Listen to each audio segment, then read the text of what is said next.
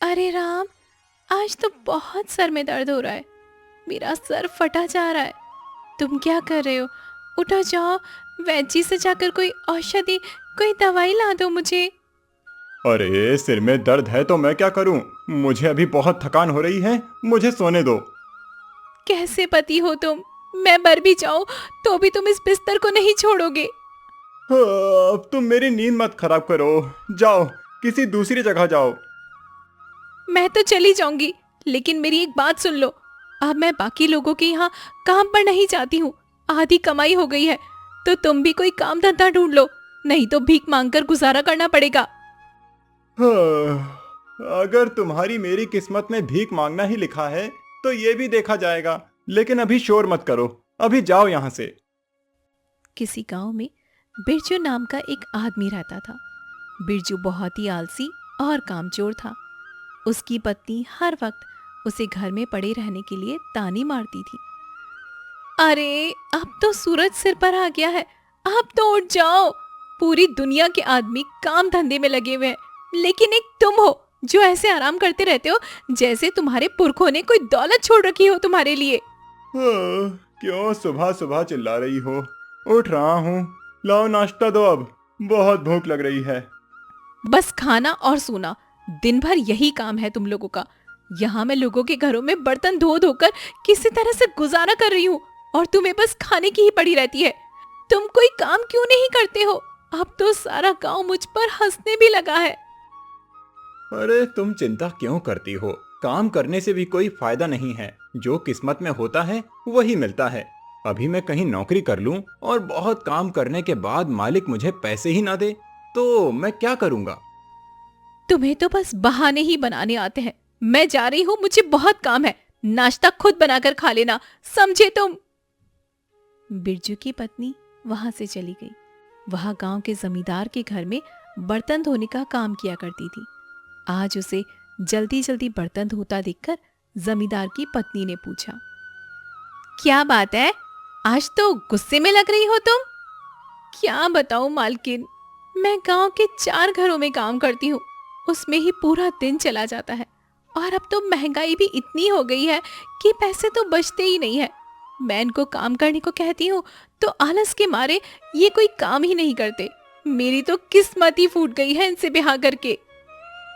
हाँ, तेरे पति के कामचोरी के किस्से तो गांव में सबने सुने हैं, लेकिन अगर ऐसे ही चलता रहा तो तू तो कमा कमा कर परेशानी हो जाएगी।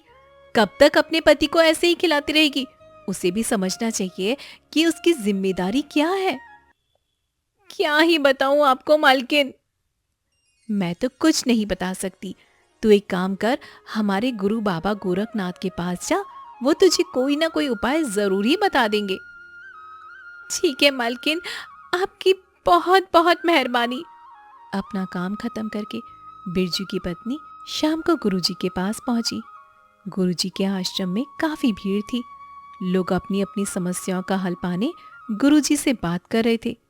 बिरजू की पत्नी को परेशान देखकर गुरुजी ने उससे पूछा, तुम्हारी क्या समस्या है? अब क्या ही बताऊं गुरुजी मैं। मेरे पति बहुत आलसी और कामचोर है। वो कोई भी काम करना ही नहीं चाहते।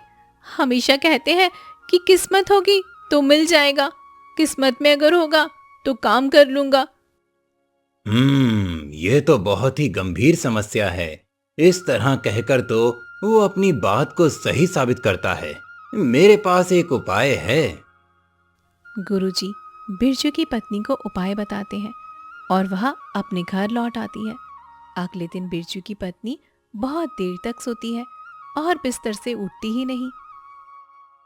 अरे तुम अभी तक सो रही हो, काम पर नहीं गई? अब से मैं काम पर नहीं जाऊंगी जी। वो क्यों भला? मैं काम कर करके थक गई हूँ। अब जो किस्मत में होगा वो मिल जाएगा। तुम भी मुझे परेशान मत करो और मुझे आराम करने दो। बिरजू घर से बाहर निकल आया और दोपहर को जब घर आया तो उसने देखा कि उसकी पत्नी अभी भी आराम कर रही थी। अरे तुमने खाना नहीं बनाया, भूख लग रही है अब तो बहुत। मेरा आज खाना बनाने का मन नहीं हुआ, मुझसे कोई भी काम नहीं होता है। तो क्या आज भूखा रहना पड़ेगा मुझे? इसमें भूखे रहने की क्या बात है?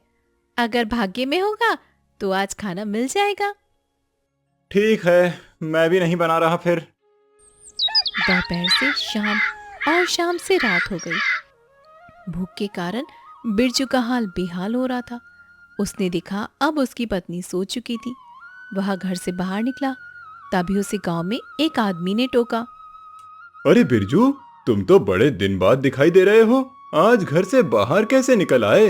क्या बताऊं, सुबह से एक दाना नसीब नहीं हुआ, किस्मत ही खराब है। अरे, तो इतने परेशान क्यों हो रहे हो? आज तो गुरुजी के आश्रम में बहुत बड़ी पूजा थी। हम सब गांव वालों ने वहीं खाना खाया था। तुम भी चले जाओ, शायद कुछ मिल जाए। ठीक है, मैं भी वहीं जाता हूँ। बिरजू गुरुजी के आश्रम की तरफ चला जाता है और वहां जाकर खाना मांगता है। अब तो खाना खत्म हो गया है, तुमने आने में देर कर दी। हाँ, मेरी किस्मत ही खराब है, आज तो खाना भी नहीं मिला। अगर तुम्हें भूख लगी है तो तुम जाकर रसोई में अपने लिए भोजन बना सकते हो। नहीं नहीं, अब मैं भोजन नहीं बनाना चाहता। कहीं और देखता हूँ, कुछ खाने को मिल ही जाएगा। तुम्हारे चेहरे पर साफ दिख रहा है कि तुम कितने भूखे हो, फिर भी अपने लिए खाना नहीं बनाना चाहते। मैं तो ये मानता हूँ कि जिसका जो होता है उसे वो मिल ही जाता है। उसके लिए बेवजह की मेहनत क्यों करनी? मेहनत कभी बेवजह नहीं होती, और मेहनत तो करनी ही पड़ती है। जंगल का राजा शेर भी मेहनत करता है। क्या तुमने कभी शिकार को खुद उसके मुंह से जाते देखा है? अब मेरे पास ज्ञान की बातें सुनने का समय नहीं है, मैं चलता हूँ। बिरजू आश्रम से भी चला गया और रास्ते में उसे हलवाई की दुकान दिखाई दी, जिस पर लोग खाना खा रहे थे। वह वहां आ गया और लोगों को खाना खाते हुए देखने लगा। उसे दुकान के बाहर खड़ा देखकर हलवाई बाहर आया और उससे बोला, अरे, तुम्हें भूख लग रही है क्या? हाँ, सुबह से कुछ नहीं खाया। पैसे हैं क्या तुम्हारे पास? नहीं, पैसे तो नहीं हैं। जब पैसे नहीं हैं तो मेरे ग्राहकों का मुंह क्यों देख रहे हो? चलो भागो यहाँ से। हलवाई ने बेइज्जती करके बिरजू को वहां से भगा दिया। बिरजू घर आया और उसने देखा कि उसकी पत्नी खाना खाकर सो चुकी है। तुमने मेरे लिए कुछ नहीं बचाया? मुझे लगा तुम बाहर से खाना खाकर आ जाओगे, तो मैंने तुम्हारे लिए कुछ भी नहीं बनाया। अब मुझे बहुत नींद आ रही है, मैं ना सोने जा रही हूँ। तुम दिन भर से सो ही तो रही हो, काम पर भी नहीं गई। अगर काम छोड़ दिया तो पैसे नहीं आएंगे और फिर हमें भूखे ही रहना पड़ेगा। अरे, तो तुम इतना परेशान क्यों हो रहे हो? हमारे भाग्य में अगर भूखा रहना लिखा है तो हमारी थाली का खाना भी हमें नहीं मिलेगा, और अगर पेट भर के खाना लिखा होगा तो हमें खाना मिल ही जाएगा। इतना कहकर बिरजू की पत्नी वहां से चली गई और बिरजू परेशान होकर एक बार फिर घर से बाहर निकल आया। रात में बिरजू यहाँ वहां भटक रहा था, लेकिन उसे खाने के लिए कुछ ना मिला। वह अपने घर लौट आया और थक कर सो गया। अगली सुबह उसने अपनी पत्नी को आवाज लगाई, अरे, अब उठ भी जाओ, सुबह हो गई है। क्या आज भी काम पर नहीं जाओगी? आज ही इस दुनिया का सारा काम क्या सिर्फ मेरे ऊपर ही है क्या? मुझे परेशान मत करो सुबह सुबह, आराम में कितना मजा आता है। चलो अब जाओ यहाँ से और ना मुझे आराम करने दो। बिरजू की पत्नी जवाब देकर करवट बदल कर सो गई। पता नहीं इसे क्या हो गया है, अब तो भूख से बहुत परेशान हो गया हूँ। मुझे कुछ ना कुछ तो करना पड़ेगा। बिरजू घर से बाहर आ गया और यहाँ वहां खाने की तलाश में घूमने लगा। उसने देखा कि एक जगह कई सारे लोग काम कर रहे थे। वह भी वहां पर गया और उसने एक आदमी से पूछा, अरे भैया, यहाँ पर क्या हो रहा है? कुछ नहीं भैया, हम सब यहाँ कुआं खोदने का काम कर रहे हैं। जितनी मिट्टी खोद कर बाहर निकालेंगे उसके हिसाब से धन मिलेगा। धन मिलेगा? मुझे भी ये काम करना है। ठीक है, लग जाओ। फावड़ा लेकर बिरजू भी सबके साथ गड्ढा खोदने लगा। दोपहर तक उसने काफी सारी मिट्टी बाहर कर दी और हिसाब होने पर उसे 20 रुपए मिल गए। वह रुपए लेकर हलवाई की दुकान पर गया। भैया जल्दी से मुझे खाने के लिए कुछ दे दो, बहुत भूख लग रही है। बिरजू ने हलवाई की दुकान से पेट भर के खाना खाया और अपने घर लौट आया। क्या बात है, तुम तो बड़े खुश हो रहे हो। आज तो मैंने पेट भर के खाना खाया है। अच्छा, तो तुम्हारी किस्मत में आज खाना लिखा था, लेकिन कल क्या करोगे?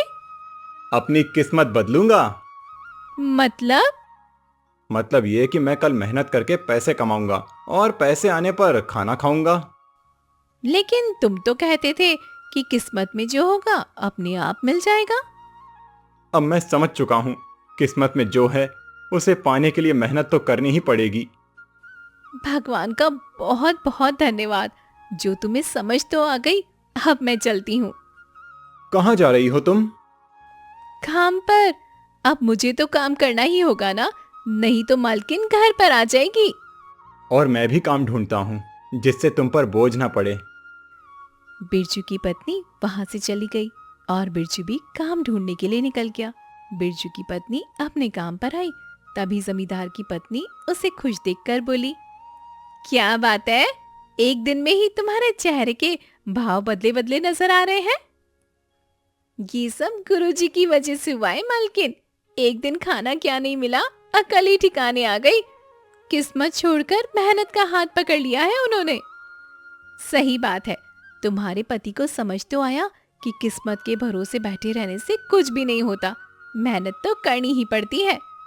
बिरजू की पत्नी अब खुश थी और अब बिरजू भी मेहनत करके पैसा कमाने लगा था।